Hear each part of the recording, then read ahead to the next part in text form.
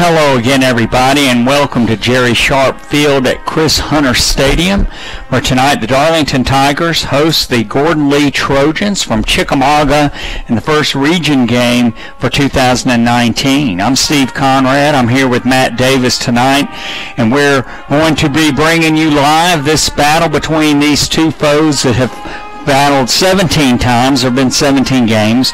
And for tonight's game, if you want to listen to the broadcast, you can listen to it at www.wlaq1410.com.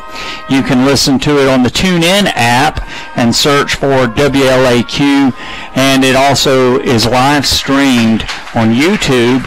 Go to YouTube, open it up, search R. Swiger numeric 1. That's R. Swiger numeric 1, and the Darlington broadcast will pop up for you right there, and you can get the live stream for tonight's broadcast. Matt? You know, Gordon Lee always is a very tough opponent for Darlington, and even though Darlington leads the series 16 games to 1, Gordon Lee has not won in this series since 1993, a 34-28 victory up in Chickamauga. But this is always a very, very tough physical game for the Darlington Tigers. Darlington's had an off week, so has Gordon Lee. They both should be pretty healthy for tonight's game.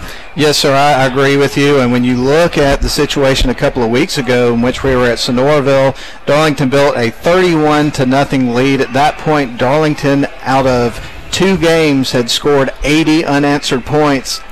Sonoraville comes storming back, makes a game of it, and then Darlington has to squeak it out in the fourth quarter. I think that was an attention-getting thing for the football team. I think they kind of lost their focus a little bit and maybe kind of got a little bit tired in that game. And I have a feeling there's going to be 100% focus from wire to wire in this football game. I think that actually kind of helps Darlington in this situation, going up against a team that really they should be a pretty good bit better than.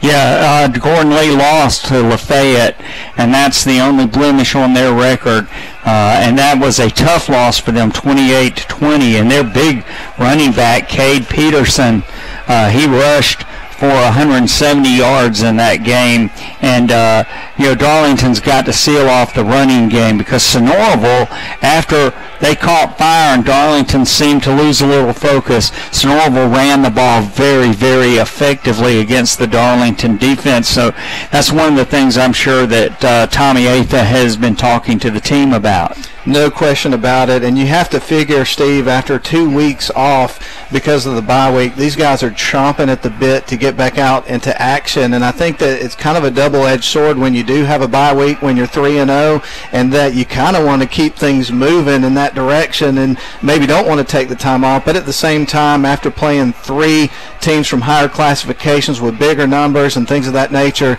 you're going to have some bumps and bruises that you want to heal up as well. So it kind of is what it is. And they were able to, over those last couple of weeks, kind of heal up and get ready for this game. So it'll be interesting to see how they come out initially when the game begins. Well, it will be. And, Darlington appears to have the advantage. The Tigers averaging 34 points a game and giving up 11.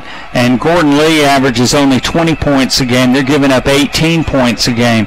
So they've struggled really distancing themselves from their opponents. And Darlington, of course, as you said, had the shutout against Coosa, had scored 80 unanswered points, and then kind of lost their focus, so it's good to get that back. But it's all going to start with Colin Rogers. Colin Rogers, the big senior, and he leads the area, 64 attempts, 415 yards rushing, 6.5-yard average. He scored 6 TDs. So for the Darlington running game, it all starts with Colin. It does, Steve, and anybody that's followed football for any length of time knows quarterback like Griffin Brewster and some good wide receivers and a great offensive line. It all starts